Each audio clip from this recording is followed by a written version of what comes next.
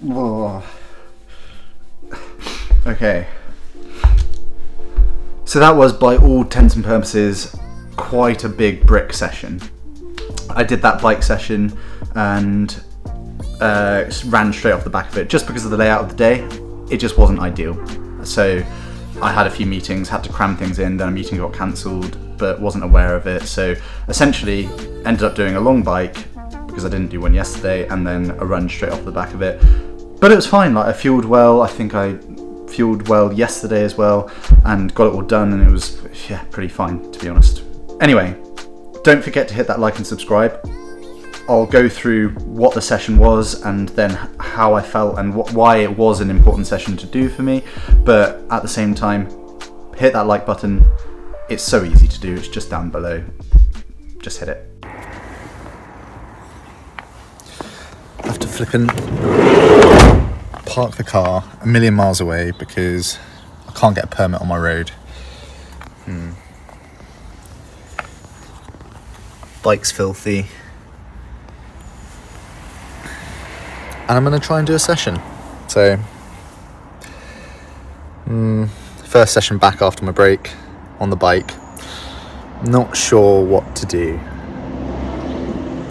Had a relatively tough swim this morning. It was like hard hundreds and then just 800, 700, 600, 500 swim off essentially. But yeah, I think I'll start riding and then see how I feel and go from there, really. Either a build or fartlek.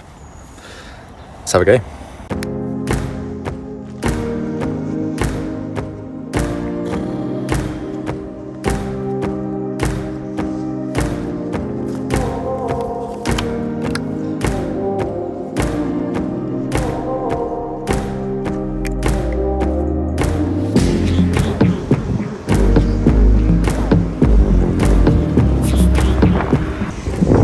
Okay, so decided to go roughly a build of 30, 20, 15, 10, 5. May skip the 15 depending on how I feel.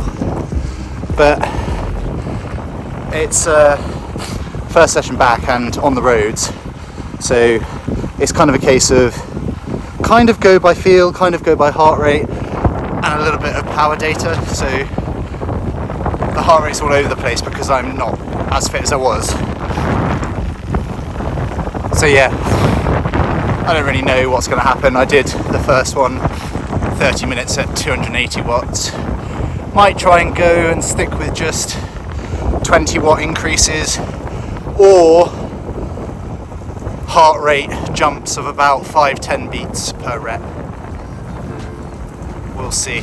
I'll let you know. But yeah, so went out for this ride and I wasn't really sure what I wanted to do. It was the first bike session back and I mean, it could have gone really badly, or I could have been unfit, or my legs wouldn't have coped, or this, that and the other. So when coming back into training, I quite like to work off like a few different measurements, so heart rate and power, and just get a bit of a feel for what those are in relation to one another, to kind of set my expectations again, because I've got heart rate zones from before, so I kind of know what to be looking. That being said, I don't know how big of a session to do, so it should be possible if you're controlled and you use the zones that you know you've got and can do to be able to do these bigger sessions. So I started out a bit tentatively, hit that kind of 130 heart rate and saw where I was at essentially. So that was my 20-minute effort. It was okay. I actually felt a lot more comfortable than the 30. So yeah, I don't know what I'll do next. I'm coming up to the bull, so it'll be easy to get power out, but the heart rate's going to spike because I'll probably get hot. So that was, what was that? That was a 10 beat increase in heart rate, but about a 30 watt jump. So yeah, I don't know. Again, we'll just see where it goes. Maybe I'll do 15 minutes and then 10, because I don't really want to do anything the other side of the bull, the other side of the hill I'm about to go up, just because it's like flat and downhill. might be quite tough, but anyway, just a couple of minutes rest and then straight back into it.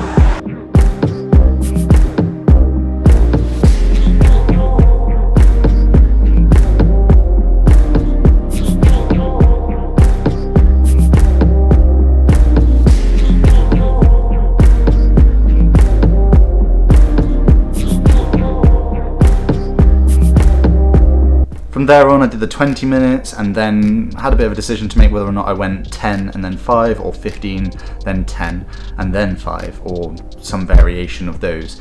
And essentially I did the 15 minutes and ended up finishing the 15 minutes up a hill, up the Bulk Mountain. And I was like, okay, I don't really want to do anything over the other side because it's a bit, well, downhill isn't ideal for trying to keep power or racing downhill. Don't want any accidents again, don't want to break my thumbs like I've done in the past. So made sure I finished before I got to the top of the Bulk and essentially finish the 15 minutes off and then went on to do the rest of it. I took a really short rest, like a minute or something, and then went into finishing off the rep, which was about 5 minutes, and finished at the top. And it was, yeah, such nice weather.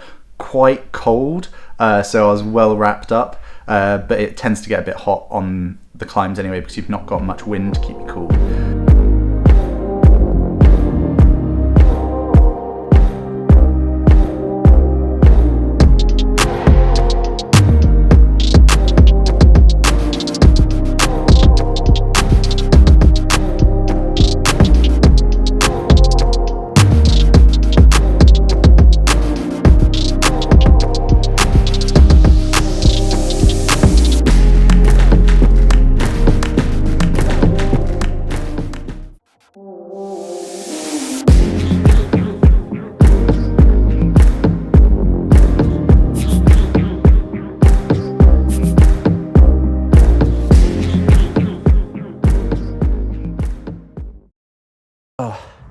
Just got to the top of the Bulk. Basically had 15 minutes, which is alright in, I don't know what it was, about 340, 350 watts and yeah, 150 BPM. And then had a quick little rest, 1 minute or so, and then just rode to the top essentially. And that was 4:02 by the looks of things on the thing in about 5 minutes, so not bad. I'd have to take a guess at my threshold being maybe 350 at the moment, going by what I'm used to last year and feel and heart rates and things. So work to do. I'll let you know how quickly that comes back. It's about 380 when I finished up last season, so bit of a drop off, bit of muscular conditioning loss, but I think that'll come back relatively quick. Probably by Christmas. We'll see. Not bad. The important takeaway from doing your first sessions back is be conservative and don't necessarily push yourself beyond what you're capable of doing, especially when you're first coming back. You're probably quite fresh, so you're probably able to do more or go faster or go harder, despite actually your physiological zones haven't changed. So you might be able to reach a higher heart rate, but at the same time you shouldn't, because it's important to also respect the system for what it is. Despite the legs may be able to do a little bit more at this stage, it's going to have a knock-on effect further down the line. That being said, I might be ruined tomorrow and I might have completely messed up, but I think I was well controlled, and also it gave me a good idea of where I'm at in terms of zones and powers at the moment. So I can have a pretty good guess at where I'm at the moment, so I can measure where I am at come January, say, and see how I'm progressing. And that's without doing any lactic measuring or anything like that. It's just quite a good way of knowing I've done it in the past, and I can just compare to those previous sessions.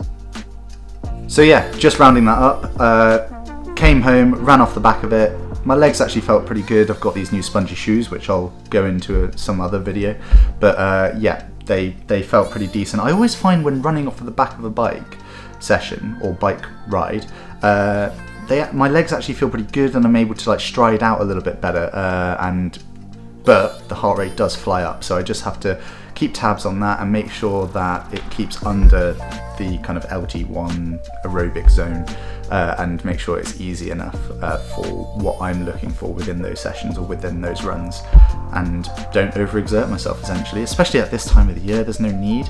You just want to keep rolling up the miles, keep racking them up, and make sure that you're good come Christmas and January, where you actually put in some more high volume and intense workouts. So essentially injury prevention until then.